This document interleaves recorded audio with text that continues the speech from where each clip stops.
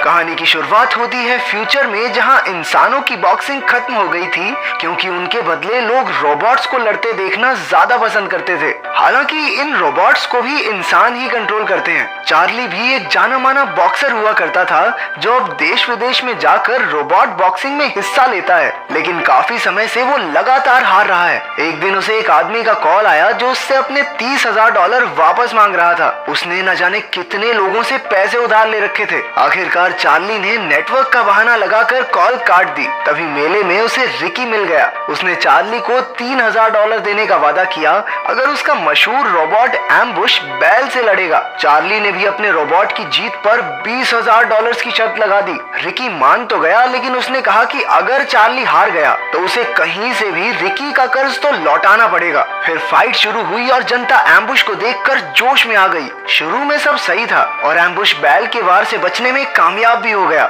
लेकिन तभी चार्ली लोगों से बात करने में इतना खो गया कि उसे रोबोट के पीछे भागता हुआ बैल दिखाई ही नहीं दिया। बैल ने अपनी जोरदार टक्कर से एम्बुश की टांग तोड़ डाली। चार्ली ने रिकी से फाइट रोकने को कहा, लेकिन वो नहीं माना। फाइट के आखिर में एम्बुश बस लोहे का कबाड़ बनकर रह गया और बच्चे उसका एक एक पुर्जा उठाकर अपने साथ ले गए। चार्ली भी मुंह छिपाकर पतली गली से निकलने लगा, लेकिन तभी दो लोगों ने आकर उसे बताया कि उसकी पिछली पत्नी की मौत हो गई है और उसका 11 साल का बेटा मैक्स अब एकदम अकेला है। चार्ली को अपने बेटे की कोई खास परवाह नहीं थी और उसने कोर्ट में जाकर कह भी दिया कि वो मैक्स को संभालने की हालत में ही नहीं है। हालांकि उसके कुछ रिश्तेदार मैक्स को अपनाना चाहते थे, इसलिए चार्ली ने उन्हें मैक्स की कस्टडी $1,00,000 में सौंप दी। पहले $50,000 लेकर वो मैक्स के साथ कुछ समय बिताने को तैयार हो गया। उन्हीं पैसों से उसने काले बाजार से नॉइजी बॉय नाम का एक बेहतरीन रोबोट खरीदा। उसमें वॉइस कंट्रोल का फीचर था जिससे वो इंसानों की बातें समझ सकता था।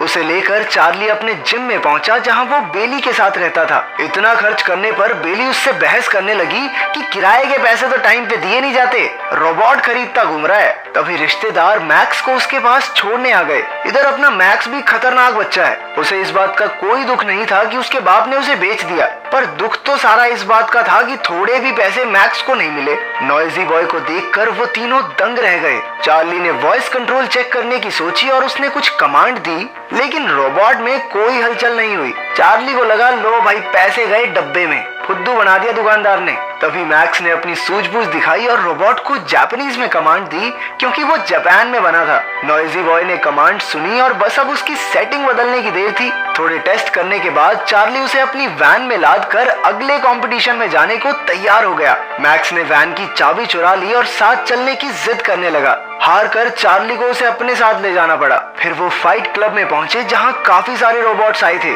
चार्ली को पूरा यकीन था कि वो इस बार तो जरूर जीतेगा, इसलिए उसने नॉइजी बॉय का नाम मेन फाइट में लिखवा दिया। मैक्स ने उसे बहुत समझाया कि पहली बार सिर्फ छोटी फाइट से लड़े, लेकिन चार्ली ने कहा चल चल बाप को मत सिखा चल।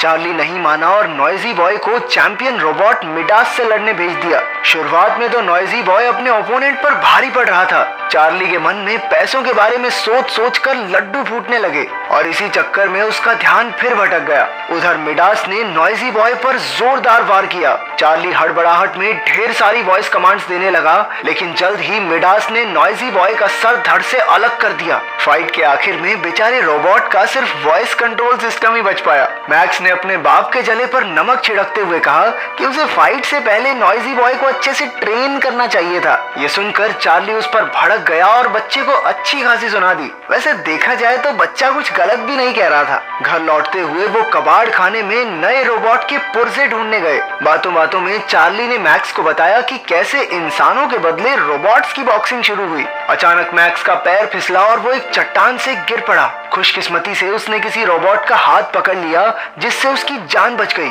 चार्ली ने तुरंत नीचे उतरकर मैक्स को बचाया। ऊपर आकर मैक्स ने देखा कि जिस रोबोट से उसकी जान बची वो कीचड़ में लिपटा हुआ था। उसने चार्ली से कहा कि इस रोबोट को अपने साथ ले जाने में उसकी मदद करे, लेकिन चार्ली ने एक बार फिर खुदगर्ज होकर अपने बेटे की मदद करने से मना कर दिया। मैक्स ने अपनी पूरी जान लगाकर सुबह तक उस रोबोट को पहाड़ी पर खींच लिया। आखिरकार वो वैन तक पहुंचा और चार्ली के साथ उसके जिम में गया। नॉइजी बॉय की हालत देखकर बेली को बहुत गुस्सा आया। उसने चार्ली से कहा कि अपने जीतने के सपने के साथ साथ अपनी असलियत को भी समझे। लेकिन चार्ली ने उसे चलकर मैक्स का रोबोट देखने को कहा। पता चला कि ये रोबोट एक पुराना मॉडल है जो फाइट के लिए नहीं बल्कि स्पेयर पार्ट्स के लिए बनाया गया था। ये हमला तो नहीं कर सकता लेकिन अपना बचाव जरूर कर सकता है। अचानक रोबोट ऑन हो गया और बेली ने देखा कि इसमें एक शैडो फीचर था जिसके हिसाब से ये रोबोट किसी भी इंसानी हरकत की हूबहू नकल कर सकता था। मैक्स ने रोबोट का कीचड़ साफ किया और देखा कि इसका नाम एटम है। मैक्स ने इलीगल फाइट में इस रोबोट को लड़ाकर कुछ पैसे कमाने का फैसला किया। रात को सबके सो जाने के बाद उसने जिम में जाकर एटम को ऑन कर दिया। वो दोनों सैर पर निकल गए और उस रात मैक्स ने अपने पहले रोबोट को कंट्रोल करना सीखा। अगली सुबह चार्ली मैक्स को लेकर एटलांटा चला गया जहां वो किसी के साथ मिलकर नया रोबोट खरीद सके। वो फिन नाम के एक आदमी से मिलने गया और वहीं मैक्स ने दुनिया के सबसे ताकतवर रोबोट ज़्यूस के मालिक को देखा। उसका दावा था कि ज़्यूस किसी भी रोबोट को मिट्टी में मिला सकता है। उधर चार्ली ने फिन से पैसे उधार मांगे लेकिन उसने साफ इनकार कर दिया। हालांकि वो मैक्स के रोबोट की फाइट कराने को राजी हो गया। अगली सुबह चार्ली ने देखा कि मैक्स एटम के साथ ट्रेनिंग कर रहा था। उसने खुद ही कमांड सेट कर ली थी जिसे देखकर चार्ली काफी खुश हुआ। मैक्स को ये काबिलियत आखिर अपने पिता से ही मिली थी। फिर दोनों फाइट के लिए चले गए और मैक्स ने सामने वाले लीडर से एक डील कर ली। अगर एटम एक राउंड जीता तो उसे $1000 मिलेंगे और अगर वो हारा तो एटम लीडर का हो जाएगा। फिर फाइट शुरू हुई और मैक्स ने एटम को कंट्रोल किया। रोबोट ने कोई हमला नहीं किया, बस खुद का बचाव करता रहा। चार्ली ने मैक्स से कहा कि सामने से हमला करे, लेकिन तभी ओपोनेंट ने एटम के सर पर वार कर दिया। पहला राउंड खत्म होने में सिर्फ 30 सेकंड बचे थे और उससे पहले एटम को फिर से खड़ा होना था। मैक्स के ऑर्डर पर एटम खड़ा हो गया और इसी के साथ मैक्स $1000 जीत गया। इससे लीडर की सिट्टी पिट्टी गुम हो गई और उसने शर्त रखी कि अगर ये रोबोट एक और राउंड टिक गया तो वो $2000 यानी दुगना इनाम देगा। चार्ली ने मैक्स को समझाया कि इसमें ना पड़े, लेकिन मैक्स फाइट के लिए राजी हो गया। अगला राउंड शुरू हुआ और एटम ने सामने वाले रोबोट पर जोरदार वार किया जिससे उस बेचारे का सिस्टम ही क्रैश हो गया। आखिरकार मैक्स जीत गया और अपना इनाम लेकर वहां से चलता बना। अगले दिन वो एटम को नए कमांड सिखा रहा था। जब वो बोर हो जाता तो एटम को अपने साथ डांस करवाने लगता। जब चार्ली आया तो मैक्स ने उसे बताया कि उसने नॉइजी बॉय का वॉइस कंट्रोल सिस्टम एटम के अंदर फिट कर दिया है। उसने कहा कि शैडो फीचर के जरिए एटम को अपना बॉक्सिंग स्टाइल सिखाए,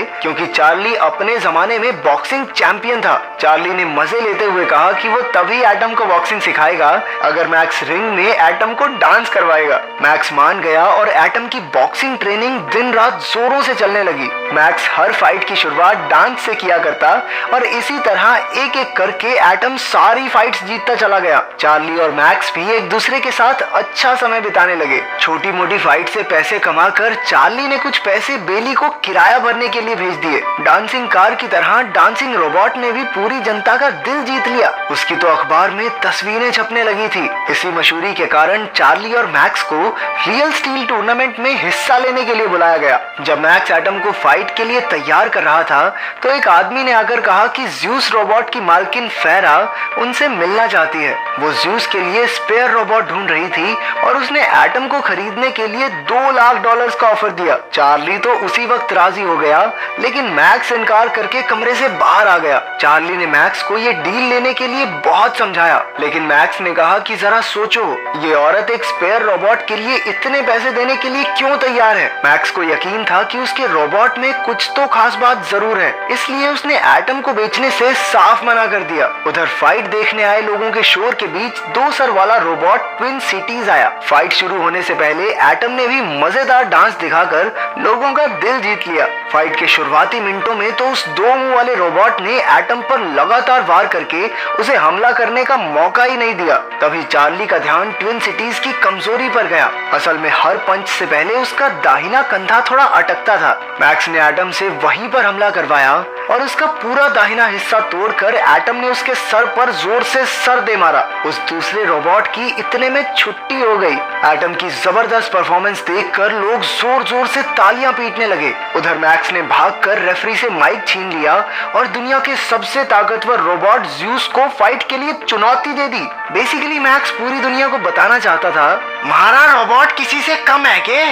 सिस्टम मिला देंगे ज़्यूस का। इसके बाद मैक्स और चार्ली जीत के पैसे लेकर वैन तक पहुंचे। तभी रिकी नाम का एक आदमी अपने पैसे वसूलने आ पहुंचा और चार्ली को गुंडों से पिटवा दिया। अपने बेटे की सुरक्षा के बारे में सोचकर चार्ली ने उसे वापस रिश्तेदारों के पास भेजने का फैसला कर लिया। मैक्स ने रोते हुए अपने पिता को मनाने की बहुत कोशिश की, लेकिन वो उसकी जान खतरे में नहीं डालना चाहता था। चार्ली ने मैक्स के बदले मिलने वाले $50,000 लेने से भी मना कर दिया। अपने बेटे के साथ समय बिताकर अब वो उसे सच्चे दिल से चाहने लगा था। अगली सुबह बेली ने उसे समझाया कि उसे मैक्स को खुद से दूर नहीं करना चाहिए। उसकी बात मानकर चार्ली मैक्स को वापस लेने पहुंचा और एक अच्छा पिता बनने का वादा भी किया। वहीं एटम को देखकर चार्ली ने कहा कि उन्हें ज़्यूस से फाइट भी तो करने चलना है। फेरा ने मैक्स की चुनौती स्वीकार कर ली थी। फाइट के दिन ज़्यूस हवा में उड़ता हुआ रिंग में कूद पड़ा। एटम के आने पर फाइट शुरू हुई। ज़्यूस ने पहले ही वार में एटम को चित कर दिया। सबको लग रहा था कि ज़्यूस की जीत एकदम पक्की है। एटम ने फिर से खड़ा होने की कोशिश की, लेकिन ज़्यूस ने लगातार 15-20 मुक्के दाग दिए। लेकिन अगले राउंड में एटम ने आगे होकर ज़्यूस पर लगातार वार किए। काफी जोर लगाकर एटम ने खुद को खड़ा रखा। फाइट चलती रही और एटम किसी तरह से दूसरे और तीसरे राउंड तक लड़ता रहा। चौथे राउंड तक ज़्यूस ने अपनी पूरी ताकत से एटम की बुरी हालत कर दी। एटम का वॉइस कंट्रोल सिस्टम भी टूट गया था, लेकिन फिर भी एटम आखिरी मिनट तक लड़ता रहा।